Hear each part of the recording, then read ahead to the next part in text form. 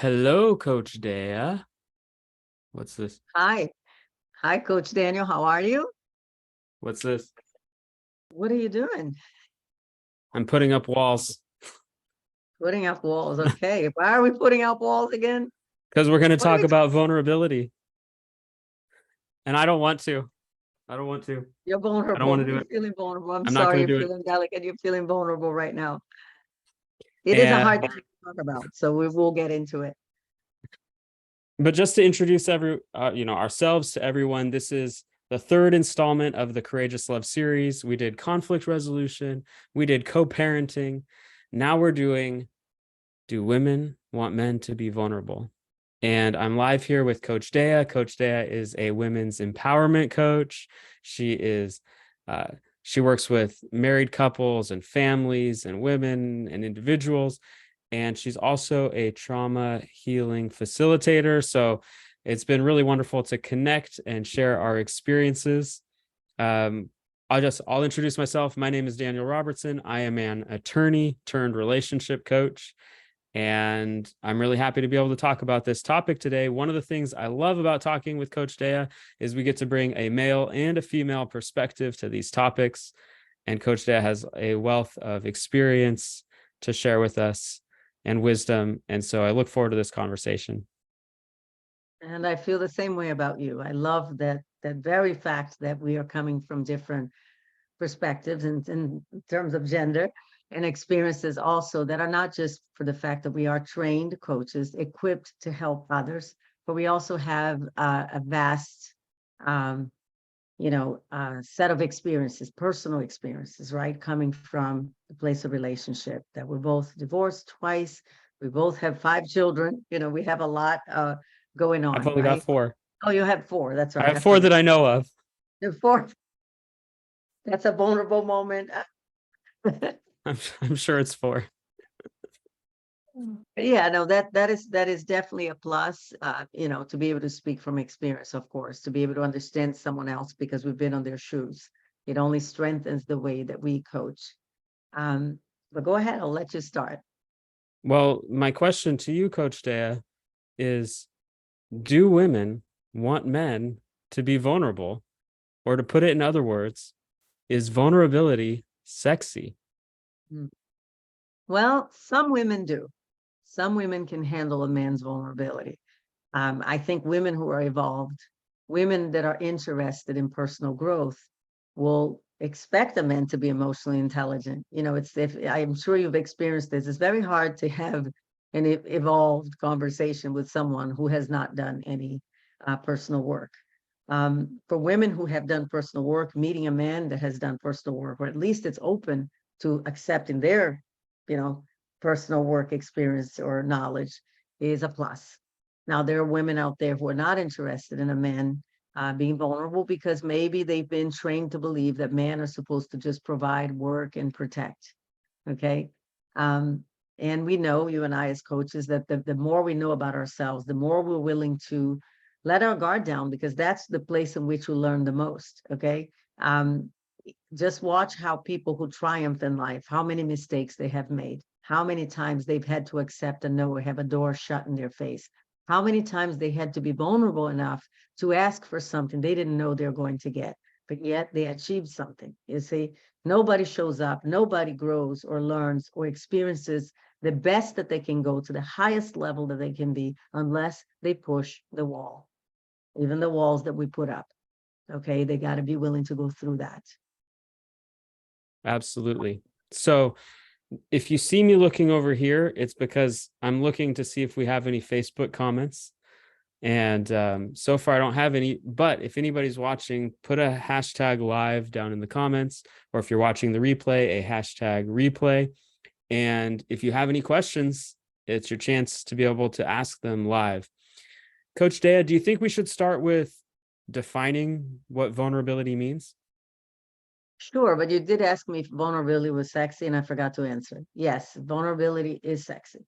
And it's sexy because it allows a person to show up as they are. Vulnerability, when it feels like a safe place, it looks like trust.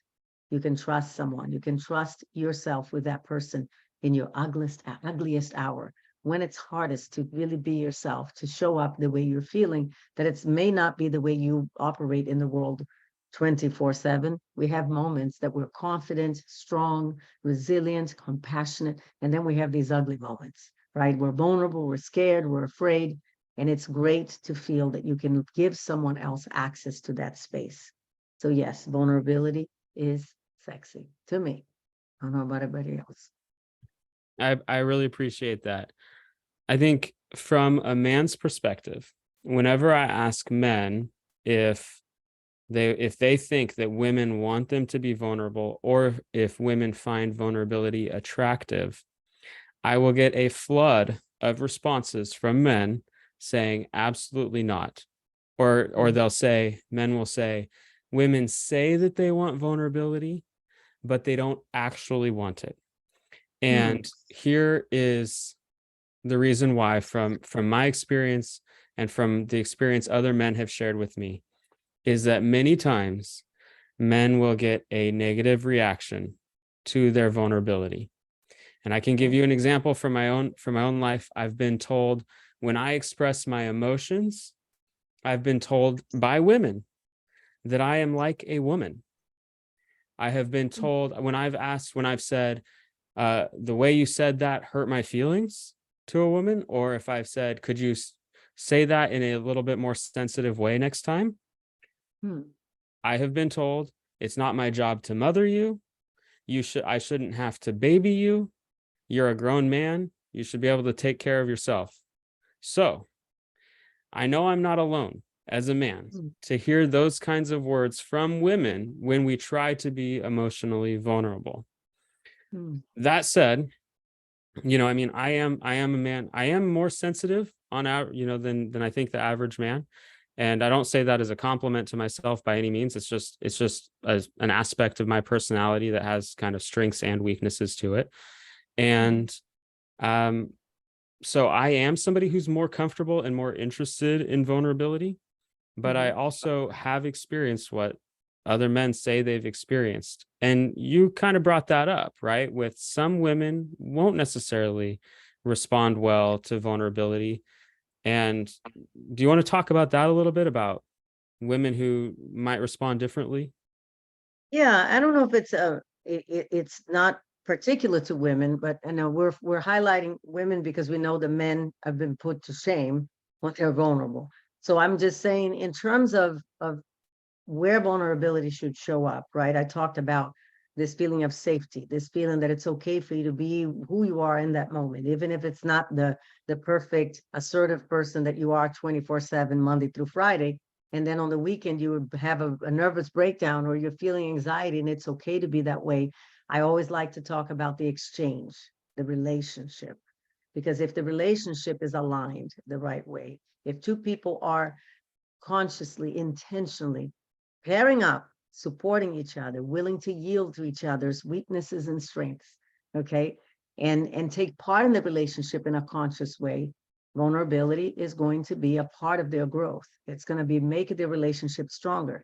I believe in exchange. So are you paired up with the right person? Because if a woman says to you, hey, I don't want to be your mother, you're a grown man, and I don't want to talk about this, I have a tendency to think that that person is not evolved enough to receive the access you're giving to them, because it's a big thing, right? Imagine this, you're vulnerable and you're letting your guard down enough to give access to another person about what's going on inside of you, even if you don't know what's going on. Most likely vulnerability has that aspect, right?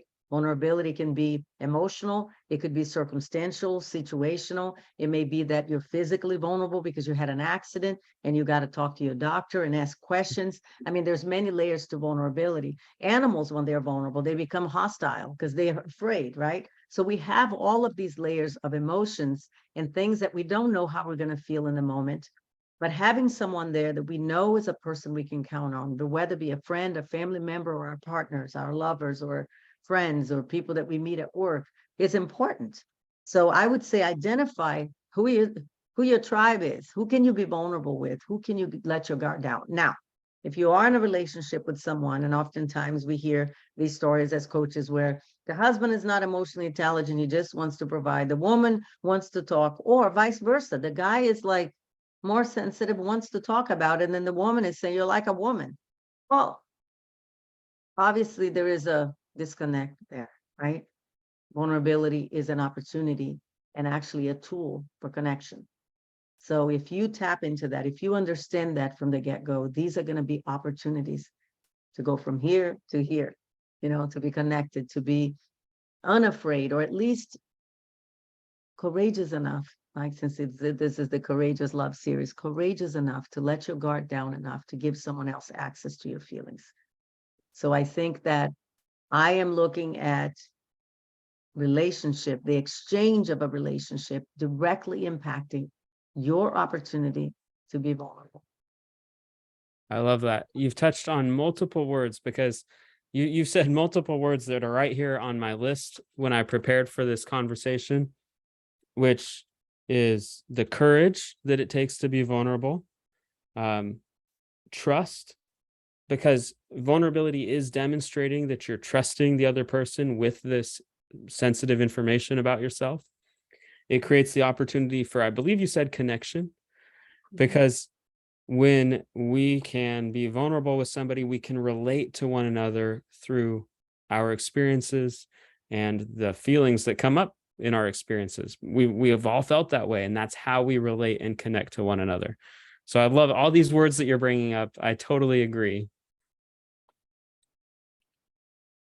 We've got a couple people watching. We've got, it looks like Luis, Margarita, Amber, Gina.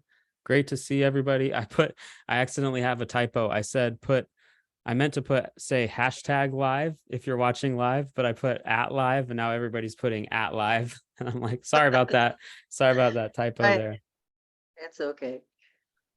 Um, so, in my experience, I do think there are ways that vulnerability can show up from a man that is attractive, but I also think that there are ways that vulnerability can show up from a man that are not attractive. And I know we've talked about this already. We were out live on Instagram and we talked about it. And so maybe it would be helpful to go through a couple different examples. What do you think? Okay. Let's do Okay. it.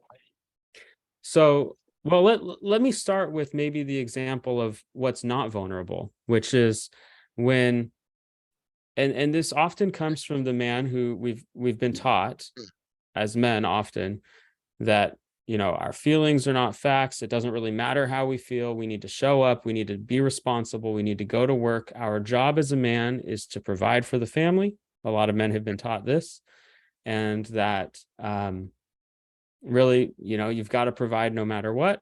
And maybe they've had experiences in the past where women have not been sensitive to their or appreciative of their vulnerability. So in many of these cases, these men will show up in a way that is maybe emotionally closed off, and they're not vulnerable. They're not sharing their inner world. They're not sharing what they're feeling. Maybe they're not even aware of what they're feeling. So that could be part of it.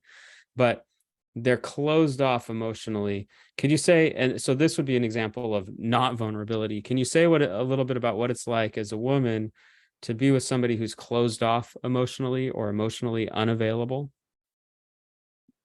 Well, I think again, it's about the exchange, right? So think about the times when we discussed resolving conflict. Oftentimes, when we have a conflict, we are vulnerable. We're dealing with an upset.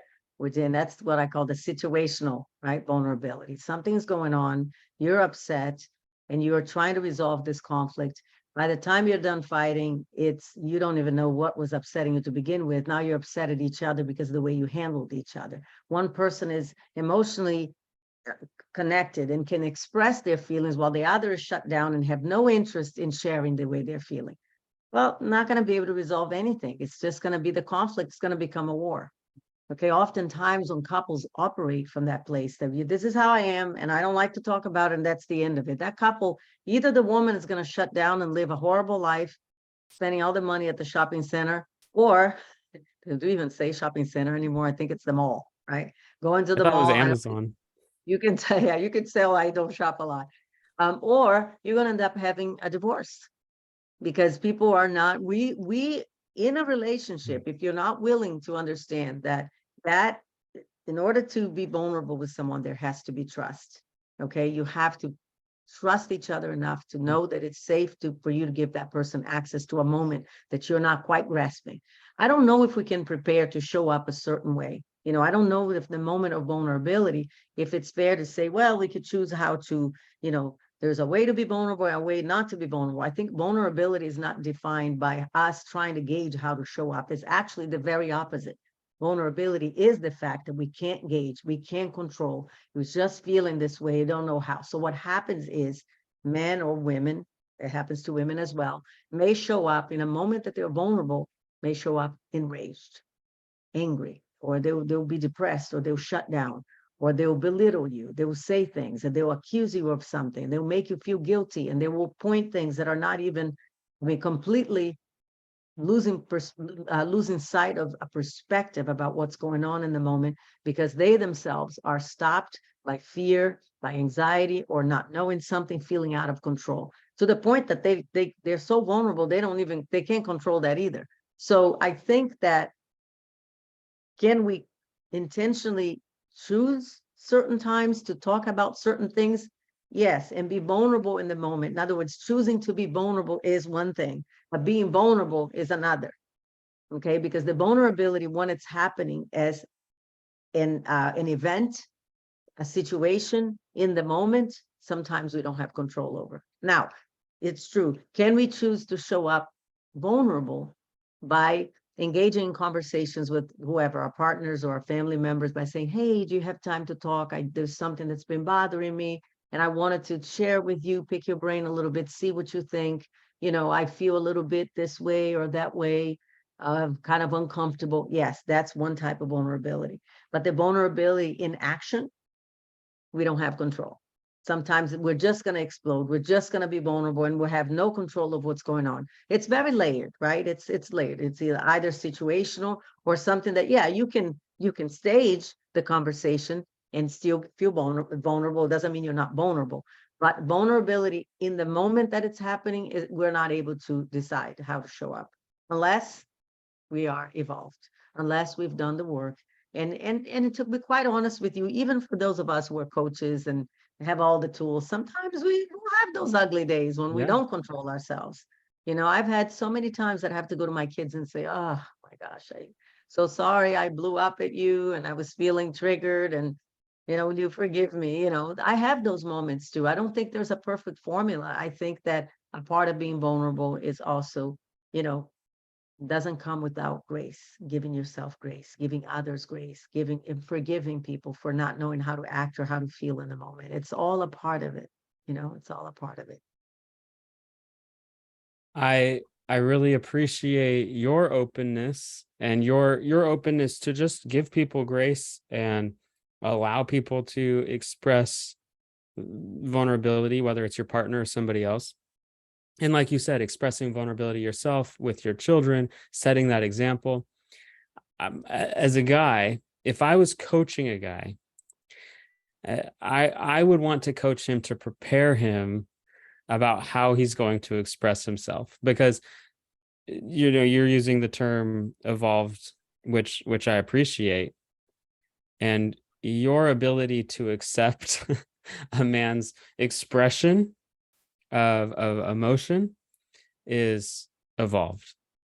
And I would feel like if I was just sending a man telling him, you can just go express yourself without preparing him properly about how best to do that, I feel like I would be sending him like a sheep to the wolves. Because Right. it depends Right. on the audience. It Yep. depends on the audience. It depends. It's true. True. So I'll just bounce a couple of examples. Here's one example would be just to go say, oh, I'm feeling so sad and upset right now, and just blurt out some feelings. Now, is there anything wrong with that? Like you said, it's not that there's a right and a wrong necessarily. Is there anything wrong about that? No. But his partner could say, well, what do you want me to do with your emotions? You're just dumping them in my lap. Like, are you asking me to fix them? Like, what are you doing? What are you saying? Right. So that has the potential of being misinterpreted. Would you agree? Well, I mean, I'm looking more at the person who's responding to the vulnerability, to be honest with you. When you said, I'm feeling sad and I don't know how to feel. And the person says, well, what do you want me to do with it? I'm looking at that person and say, get out of here. She's not evolved. She's what you're supposed to say something like, okay, I mean, how can I help? What's going on? Again, remember that part of how we process vulnerability, or the person who is the person on the receiving end has to be able to process that they're given access to something that is delicate. So the way they respond to it is going to matter. Okay, it's going to create safety. It's going to create trust is a safe place. Okay, trust is a safe place. Are you trustworthy when somebody's trying to let their guard down and they're feeling lost or insecure? Are you trustworthy? Are you building? Are you helping? Are you in the trenches with that person so that they can feel safe enough to let their guard down? So I feel like there's nothing wrong with vulnerability. I think that, yeah, sometimes we can show up in a way that doesn't look like vulnerability. It may look like arrogance or fear or, judgment. And maybe what they're feeling is inadequacy, because vulnerable is so difficult for so many people, particularly for men, because men have been put down so many times when they're trying to be just human. Okay. Now, if a woman doesn't know how to respond to her partner, and thinks, oh, you're being a baby, what do you want me to do with your feelings? That person, I'm sorry, they're not evolved. They're not doing justice to the opportunity that there is to connect with that man. So I like to put the focus on the emphasis on the exchange itself. If you are in a partnership with someone, I mean, ideally, we would all align with the people that are in the same vibrational space that we are, that have the understanding, the compassion, the humility to see another person through the eyes of, in the face of this is real, this is happening. Okay. It may be something situational, but it may be related to a trauma. Okay. You may be dealing with something that to a woman may sound like, oh, this is so trivial. But it might remind you of something that your dad did to you when you were 7. You see? So that's why we ask, hey, what's going on? I'm not sure I can help you, but do you want to talk about it? The question of the day, do you want to talk about it? There's an ongoing joke in my family about this. You want to talk about it? So, I think that's why I keep saying, Yeah. being involved and again, being involved. Okay, let's just talk a little bit about this evolved part, because I don't want it to sound like, oh, you're a coach, so you're evolved. Anybody who has done any kind of personal work, okay, being evolved has all to do with humility, being emotionally humble. Okay, emotionally humble, so that when the situation presents itself, you don't turn that into a weapon against the person that is trying to actually ask you for help. They're saying, hey, what are your thoughts about this? Or I'm feeling some type of way. And when they come to you, you don't slap them in the face. Think about this. Being evolved is being emotionally humble. Being evolved doesn't involve perfection. Okay, it involves repetition. A lot of us have made a lot of those mistakes, and for ourselves. So we need to give grace to the person that's coming to us. The other thing I like to say is, in order to accept or be present to someone who's trying to be vulnerable for you, we need to have that healthy communication, which it has nothing to do with perfection. It has to do with accepting, understanding, receiving the access we're given to the moments that are not perfect, when it's hardest. Okay. So it's so layered, in my opinion. It's so layered, but I always see it, is it that we're being vulnerable that's the problem? Or is it the environment we're in is not receiving our vulnerability? Is it that our exchange in the relationship is not healthy? It's probably all of the above. Yeah. So maybe we'll come back. I really appreciate all of that. Maybe we'll come back to another example and talk about that. But before we do, we have a question from someone in the comments. Amber says, when you're with someone who has been shut down by other women in their past, how do you show that person that you are a safe space? Now, first off, I just want to mention, if I was coaching the man, I would coach him to start small. Like, I would say, okay, you don't want to be vulnerable because you've been shut down in the past. Completely understand, completely get it. Your partner like your current partner has not shown you any reason to think that they're going to do the same thing. So can we start small? Can you start by saying, hey, this happened at work. My boss talked to me like this. I was angry. I got upset. And I'm dealing with it, but I'm just letting you know that's what happened, or whatever it is, to be vulnerable. Another thing that can be hard for people to be vulnerable is to share their needs, to say, I have a need, I actually need some help, I actually need someone else in my life to give me a hug or to help me, whatever it is. Guys can have a hard time asking for help or asking for their needs to get met, so that could be vulnerable too. But I would say start small. Start by saying, hey, would you mind, honestly, I'm not even joking with this example, would you mind getting me a glass of water? Like, would you, and practice letting somebody help you with something very small. Because guys, well, I've heard guys talk about relationships where their partner will say, no, I'm not going to get you a glass of water. What, are your legs broken? It's like, start small so that you can build trust with the current partner. But Coach Déa, how would you answer this question from Amber? When you're with someone who has been shut down by other women in their past, how do you show that person that you are a safe space? Language. Use the safe language. What is a safe language? So when someone comes to you and they're giving you access to their pain, to their doubt, to their fears, it's okay. There are things like, it's okay. How it's okay. I'm here for you. Or I want to listen to understand. Sometimes we don't understand what's going on in the moment, and it's okay to express that. It's okay for you to be vulnerable amidst someone else's vulnerability by saying, hey, I don't understand everything right now, but I want to keep listening. Please keep talking to me. It's okay. It's safe. I'm here for you. Use your words. Use your language. You may say something like, hey, maybe in the past someone might not. In other words, if they lash out in some way, because a lot of times, remember, when animals are abused, right, they are defensive, they're hostile. So if someone is trying to be vulnerable with you, it may not come across as vulnerability in the moment. They may be acting out or trying to say something in a certain way, and they're defensive, and then that they're feeling inadequate. Okay. In that moment, it's not time to be defensive in return. It's that moment to say, hey, are you okay? Is everything okay? I noticed you're a little bit uneasy. Is there anything I can do? I'm willing to listen. I'm here for you. It's okay. You're safe with me. I'm not going to judge you. I just want to understand you.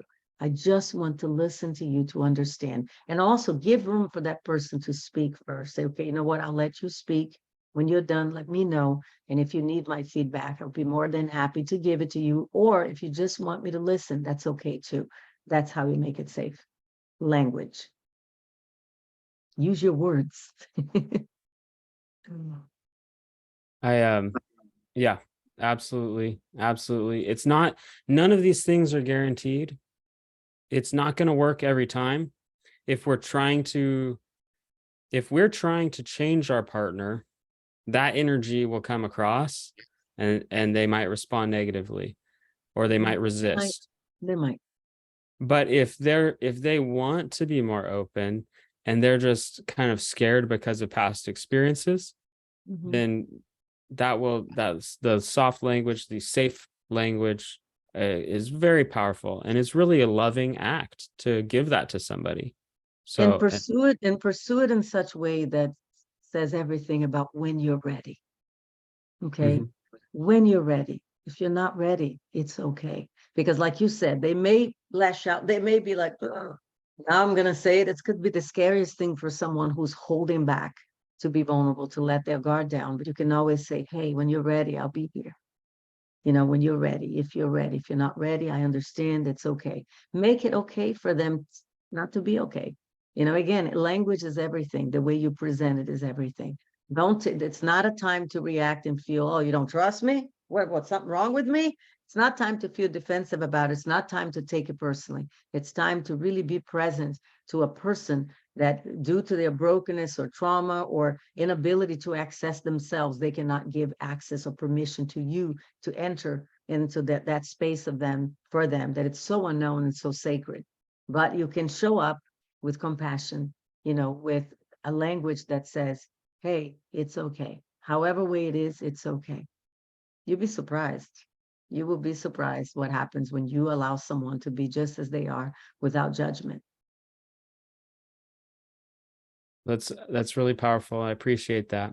So what next on the I have a list here of ways that vulnerability can be sexy to women, especially to women who appreciate inner work, who appreciate men who are doing the inner work, and then some ways that are turnoffs. So we could get into that, but maybe before we do that, I'll give you the other example. I think if I was coaching a man and if I was being vulnerable myself with a partner, I might approach it like this. So I'll do an example and then get your feedback. So let's say something happened, like I lost my job or I lost a big investment and lost some money and I was nervous for my family's financial security.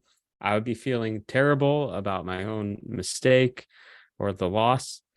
So I might approach it like this. If I came home to my partner, I might say something like, "Hey, I'd like to talk with you. I'd like to let you know about something that happened. I want you to know I'm going to, I want to share what's going on for me, like how I'm feeling about it. I want you to know that I take ownership of my own feelings. My own feelings are my own responsibility. I'm not putting them on you to solve, but I want to let you into my inner world so you know." Maybe I wouldn't go quite into this much depth, but I'm giving you an example. So I want to let you know we had this big investment. We lost a lot of money. And to be honest, I'm feeling scared. I'm feeling nervous because I really care about our family's financial security and I take that responsibility very seriously. And I want to share that with you that that's what's going on and that's how I feel about it. I do have already some steps in mind about what I would do to address the situation. I already have an appointment set up to speak with our financial advisor, and I'm going to get some more feedback. And I wanted to open it up to you and see if you have anything you'd like to share with me about it, and we could work together to work through this kind of challenge. Okay. So number one thing is post-event, right? This thing already happened. You had a time to kind of gauge how you're feeling. You got home and you made a decision to show up and share what you're vulnerable about. Intentionally taking responsibility, being accountable, explaining that you're not, even though you're scared, may not know what to do in the moment, you are going to take the steps to figure this out. You're also including the person, allowing them to see you, what's going on, what happened at work. And that's great. And I think it's so refreshing actually to hear that from you, because it's like I think that a lot of issues in relationships would be resolved if men um, fought hard enough for give themselves permission to be vulnerable and fought the stigma that is placed upon them about men don't cry or men aren't sensitive, men can't say they're scared, because this is such a rich way of engaging with a person. And I think this is where vulnerability is sexy, because it's beautiful to see someone say, hey, I have these things that happen, and even though I don't have all the answers, that what that does to a partner, and I'm just speaking from experience, would be that person would say, hey, next time I have an issue, I'm going to feel just as comfortable, because I know that even though I might have not known how to respond it to you, if you presented that to me, or your partner might have not known to, made it sound like you and I were partners. I'm so sorry. It's not what I meant, but and not that that's a bad thing. I'm not criticizing. I'm just saying that if your partner was able to respond in some way that at least was able to listen and receive what you're saying, even if she doesn't have all the answers, right? That creates that safe place again of trust. I can be myself. I can be in doubt and I can be in fear and still have the support of this human being that's before me. And in turn, that person, that woman, that your partner will feel equally blessed to have someone like you who already understands what it is, what it feels like to be that way. That if she ever had the opportunity or an event in life where she needed your support, she would run to you first. And she would say, hey, I can talk with you. There was nothing more, there was no greater gift. And my dad used to say this to me: the best kind of friend is the one that lets you be there for them. Okay, because that says all about how they trust you. That's all says a lot about how they validate you, how they're not afraid to ask for help from you, who, even though may not be able to give them the help, that's exact help that they need in the moment, but they know that they will show up and be there and be supportive of you. And I think that's a perfect example of two people who are, again, the exchange of the relationship is valuable, because it's not that you know how to respond to everything, right? But you don't react, and you don't use that against your partner. You don't put them down for not knowing. You don't put them down because they feel like a failure. You support them and you say, I'm sorry, I know you're feeling like a failure, but it's going to be okay. Isn't that what we all want to hear in a moment of distress? That somebody would be there at the end of the day just to say, hey, it's okay. It's going to be okay, even if things aren't perfect.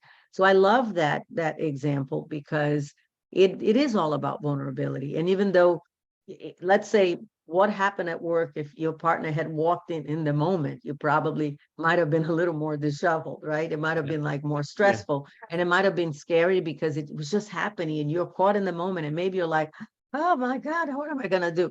That might have been scary. But because you had the luxury, because some people don't have that privilege or that luxury to separate the moment when they had a little bit of time to process what's going on, and even though they might still have fear, they don't have the opportunity. It's happening in the moment in real time. And a person might walk in and go, whoa, what's going on here? you know? So vulnerability has that about it. There's different ways, different layers, different, in the timeline of what's going on, you're going to find a person in different states of mind. Okay.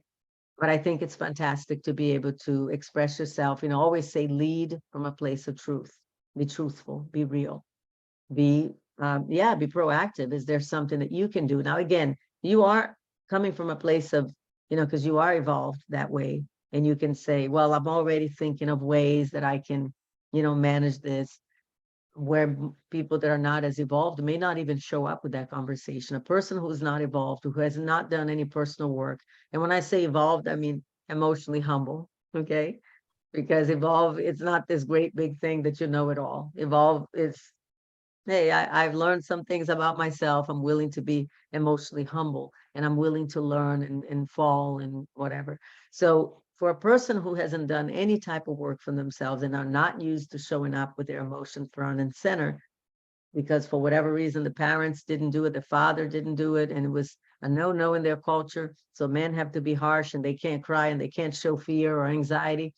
That guy might show up breaking the whole furniture in the house, or being yelling at the kids, or being upset because the wife went to the store and bought, something, some box game from whatever, and he had like, oh, you spend money. He just lost money and he's feeling vulnerable. So everything that he sees on his path is going to feel like an attack to him. So again, if you have great communication with your partner, that person will be able to understand, hey, what's going on here? Did something happen at work? So again, it is so much about the exchange, how we show up vulnerable in that relationship. If you feel that you have a safe place to express yourself, even when you don't know and it's coming out the wrong way, the other person should be able to tap into that place and say, hey, something is not right. What is going on? Do you want to talk about it? Okay. So that's what I got to say about that. I love that. And I want to recognize that by no means am I perfect or anything. And in the example that I gave, I was very calm, and I do have a pretty calm demeanor most of the time. If I was in the midst of the moment, no, I would be much more stressed out. Of course, I would be emotionally activated and more emotionally expressive. And I would be like, okay, if my partner walked in when I just found out, I'd say, okay, I'm going to tell you, this just happened. I'm feeling scared. My emotions are my emotions and I'm working through them. I'm just letting you know what's going on. I would be much more emotionally like worked up, and that's totally okay. There's nothing wrong with that. Right. And there are a lot of guys who just in their nature are not as calm as I am. So I'm not saying that my way is the right way. It's, of course there's room for different types of people and different types of emotional expression. And I Uh, like that you said that. I like that you said that. Again, vulnerability is vulnerability. And that by definition is that that we may not have control of what's going on in the moment. It's actually the act of letting your guard down because or being out of control. Okay, you're vulnerable. You don't know how to feel. Most of us, I mean, I know for me anyway, personally, when I feel vulnerable, I'm not sure that I know everything that I'm feeling in the moment. I can identify some things, maybe like I feel embarrassed or I feel unsure, I feel scared, but sometimes I can't identify why I'm feeling the way I'm feeling. So it's okay to be anyway. Okay, that's what being vulnerable is. It's all right, you know, any way you feel is fine. This isn't a contest about who knows what, or I mean, can you imagine feeling vulnerable and having to answer your own questions? We don't have the tools in the moment. You know, we can't answer our own questions when we're vulnerable. This is why we reach out. This is why and we're not always looking for a solution. Sometimes just want somebody to listen. You know, sometimes you just want somebody to be there and listen to what we have to say without saying anything, without giving advice, without putting us down. How can you let that happen? Like, can you imagine you're telling someone this happened to you and they're like, well, that was stupid.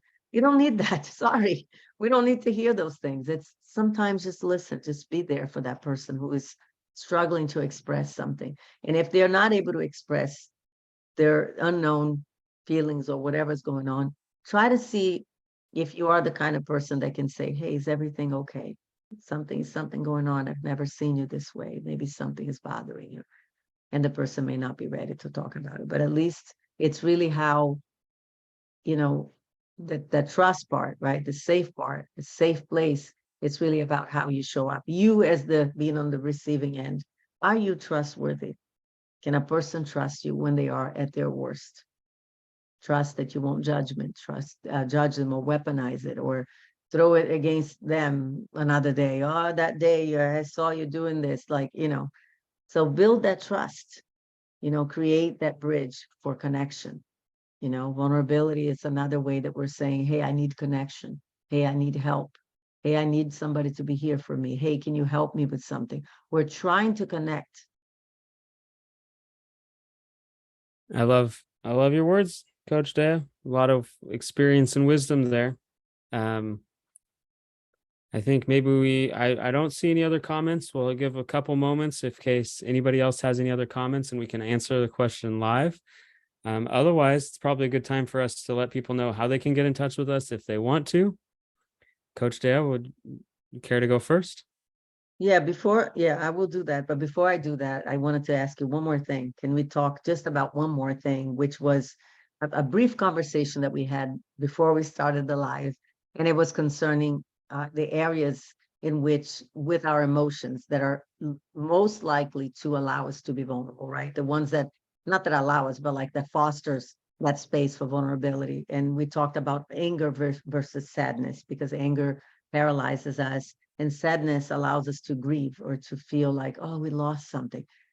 In sadness, I think we acknowledge more of what's going on. In anger, it's more about what you think happened. You know, we're like with our perception and our ego up front and center, so we can't even really process what happened. In sadness, I think we're more likely to see what's going on. Can you tell me a little bit about that? What do you think of that? This is something we've been talking about recently in the Courageous Love community. So I have a lot to say and I have to make it really concise.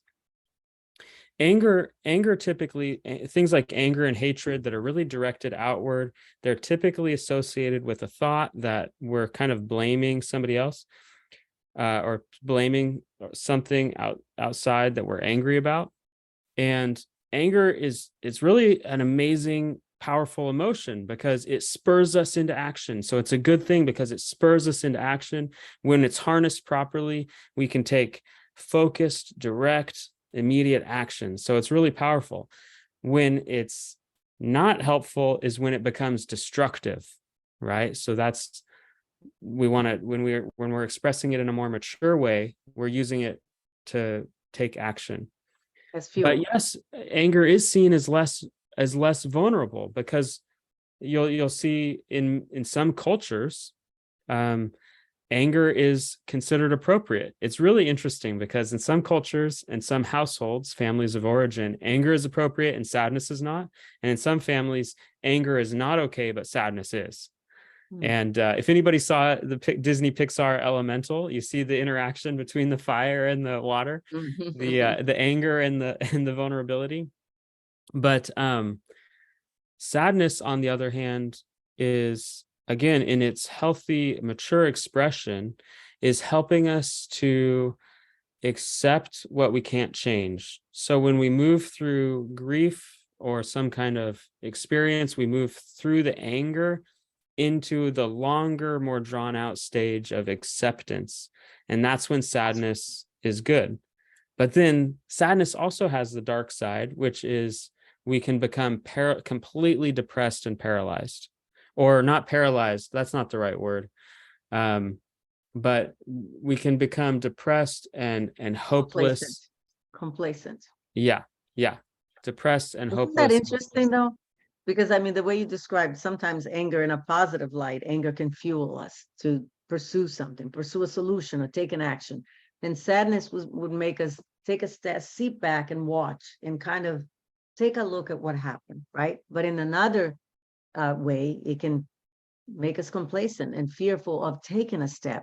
So it's really, it's a combination. I think that neither or, I think it's like a balance between the two in a way, because obviously grief, anger, sadness, they're all part of a series of emotions. And when we experience things that are traumatic or something that's disappointing, we're going to experience all of those emotions. It's just how much are we letting control us, right? If anger is expressed in a way that is taken, you're just trying to control everything and you don't want to face the truth and you're angry and you're blaming everybody, that's negative.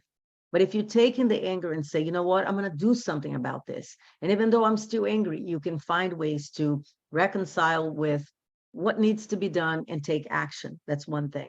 In the same sense, sadness allows us to not to put our perception into, because anger, I think we're perceiving it that way. It's the story about what happened. That's why we're really mad, because we think what happened is this. Where I think in sadness, we're much more likely to be factual, to look at what happened as opposed to what we think happened, right? But then again, in sadness, there's more of heart at play, where in anger, there's more of the ego at play. You see, one is more mind-oriented, the other one is more heart-oriented. Both of them have the potential to paralyze us.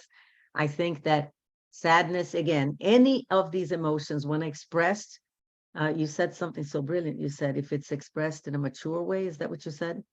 When it's, yeah, so if they're both expressed, if either of any of these things that we've mentioned, including grieving, right? They're not apart from each other. I think there are elements of it. You know, we can be angry until we're sad. You know, we can feel not loving until love is all that we have left. Do you see? We can feel grief and feel the loss until we reach the place of understanding. So it's not like one thing is this or this or this or this. It has to be a balance of all of the things, but leading from a place of where you're, even if you're a little bit complacent, but at least you're willing to look at it for what actually happened as opposed to your story about what happened, you're much more likely to experience vulnerability there. Because again, vulnerability is emotional humility. You know, it's that being evolved, being accepting of things, is that place of emotional humility, is the place where you have the most understanding, the deepest understanding of what actually happened, whether it happened to you or it was an environment, a situation. When you're angry, you're so busy trying to blame people and find the answers, and you're running that you just lose sight of what's going on. It's powerful when we learn to see. Sometimes we got to take a step back, because I used to be the kind of guy who people say, why are you always in your head? And I had I was always thinking. And when I learned to get in touch with my feelings, which happened much more throughout the body, that was a process. I wasn't even, you could have asked me, how are you feeling? And I'm like, I'm feeling fine. I don't know.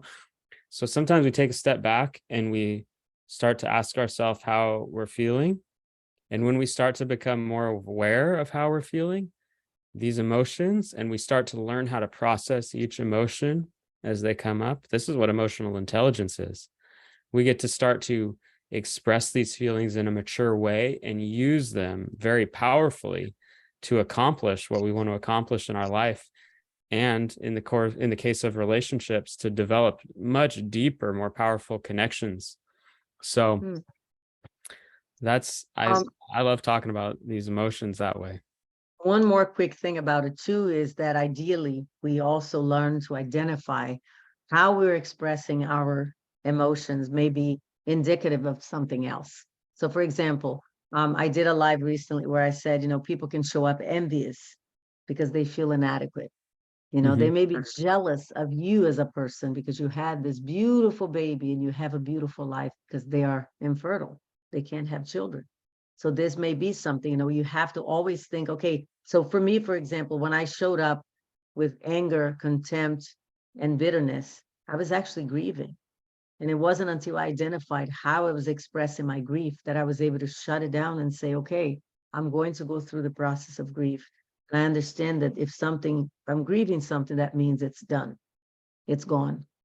And then in a healthy way, process that over time and then let go because it was no longer there, no longer served me. It still was hard for me to process the loss of something, the loss of the dynamics of my family or the loss of this or that. And I think we need to acknowledge that. We need to know that, the more we learn about ourselves, we're going to understand that in our human imperfect way, sometimes the emotion that's front and center is not the actual feeling.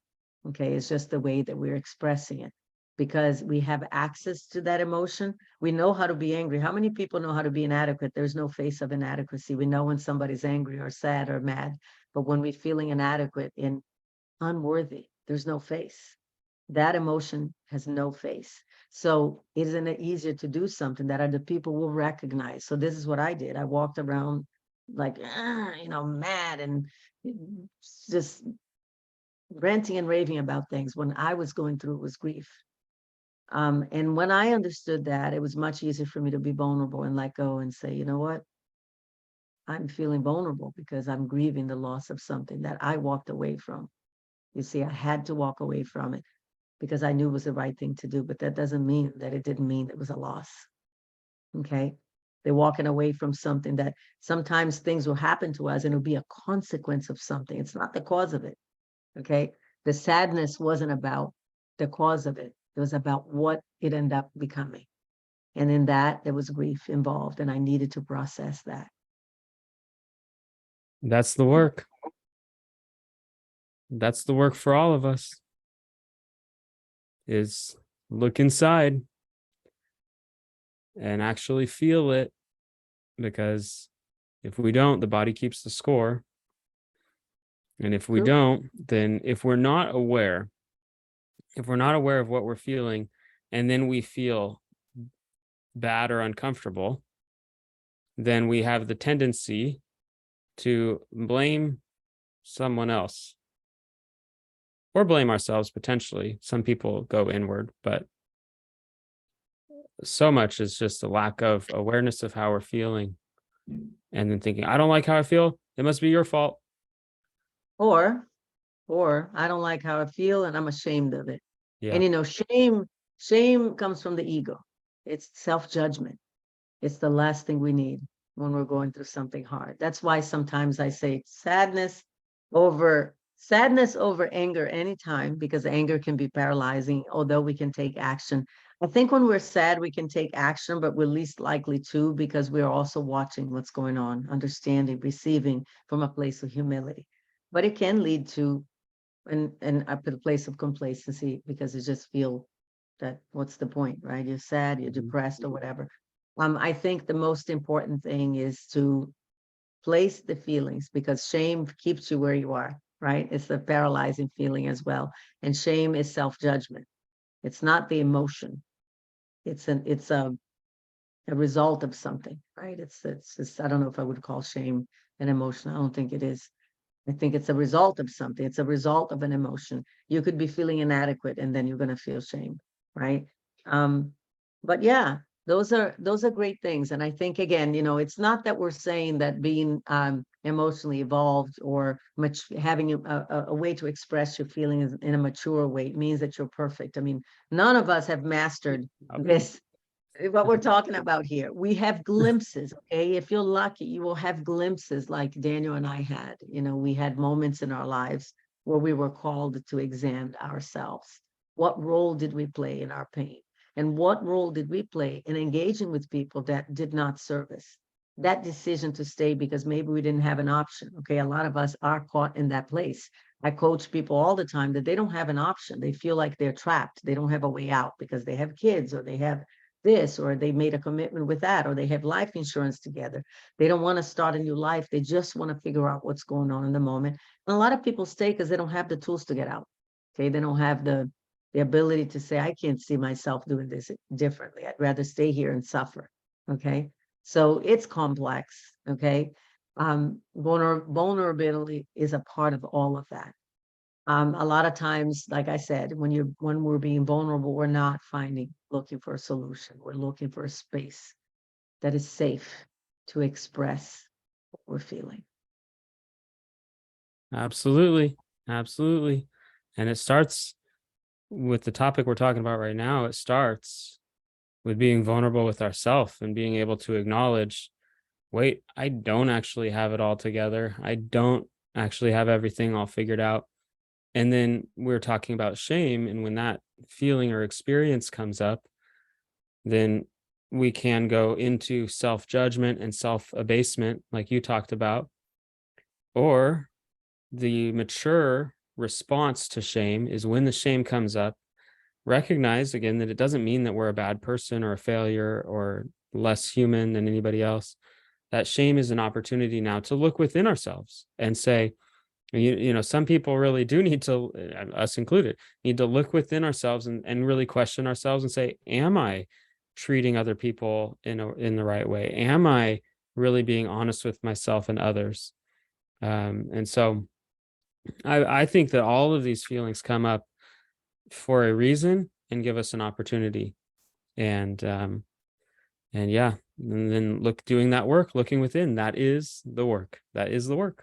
It's the work. Look for people who are equipped to help you recognize where those areas of your life need work if you're interested in personal growth. And I'll piggyback on that and introduce or let you know how you can find me here on Facebook at Coach Déa, on Instagram at Coaching with Déa. Believe me, I tried to get the same name, but the Facebook wouldn't let me. I'm more active on Instagram, so you can always DM me if you have any questions or you're interested in any of my coaching services. I coach men, women, couples, groups, and I specialize in marriage, family. I work with divorced women as well, single women, married, happily married, unhappily married, all of the above, okay? Women's empowerment coach, trauma healing facilitator. My name is Déa. Okay, Coach Daniel, it's your turn. I'm Coach Daniel Robertson. I'm the host of the Courageous Love Community, which is a group coaching community for self-love, self-confidence, and also developing secure attachment for those of us who have an insecure attachment style. So we're working on all the stuff, the types of emotional work that we talked about today is a big element of that. I've also got a free Facebook group. It's called Dealing with an Avoidant Partner. It's called that because that's what people search for when they're looking for help, when they have a partner who's emotionally unavailable or avoidant. And it's a pretty amazing community, I have to say. People are very sophisticated and supportive, and it's free. It will always be free. So you can find that on Facebook if you're looking for support in a relationship with somebody who is not as emotionally available. And you can connect with me on Facebook at facebook.com/Daniel William Robertson. If you're seeing this video, then you can just click my name, and you can connect with me on Instagram at Daniel Robertson Online. I'm much more active on Facebook, so this is the best place to find me. Okay, this is great. All right, so this was a great conversation. I mean, I had my brain is going now after the fact, thinking, we had like some really great points here, and I hope that if you are watching the replay, that you will connect with us on both Instagram and Facebook, DM us or private messages with your questions. And if you have anything that you want us to talk about, we have one more session that is pertaining to the Courageous Love series. We would love to hear your feedback. Maybe there's a specific subject that you want us to talk about. I think we have something already planned, but we can always take extra few minutes towards the end and kind of touch on some of the subjects that you guys may want to suggest, or maybe, who knows, in the future, continue with the series and talk about more topics. Maybe something that we can do once a month Just putting it out there. Manifest it. Fun. So, okay, great. This was Yep. awesome. Thank you, everybody. I see Amber and Jessica. Thanks for joining us, Jessica. And Luis and Kimberly and Gina, Margarita, thank you all for joining us for the third installment of the Courageous Love series. The first was conflict resolution. The second was co-parenting. The third was today, vulnerability. And courageous love is such a great term for vulnerability because it takes courage, like you mentioned. Absolutely. Absolutely. Absolutely. And you know what I think is great about vulnerability too? Is when we had our session about co-parenting, you said, oh, I don't know if I want to do this one. I'm not really good at this. And I thought, hey, let's go out there and show them of vulnerability. We're not good at this. And it's okay because most people don't know what they're doing. So, there's such value in showing up. Nobody cares about your triumph. Okay. Nobody's interested in your success. People can relate to your pain, your awkwardness, your feelings of inadequacy, because most of the people are going through the same thing. So value vulnerability as a stepping stone. If you're not going to change anything in your life, trust me, even by sharing what you're going through, even if you don't have all the answers, someone else might get something, most likely will get something out of what you're going through. So put it out there. I love it. Thank you so much, Coach Déa. Pleasure speaking with you. Likewise. Thank you. Talk to you again soon. Okay. Bye.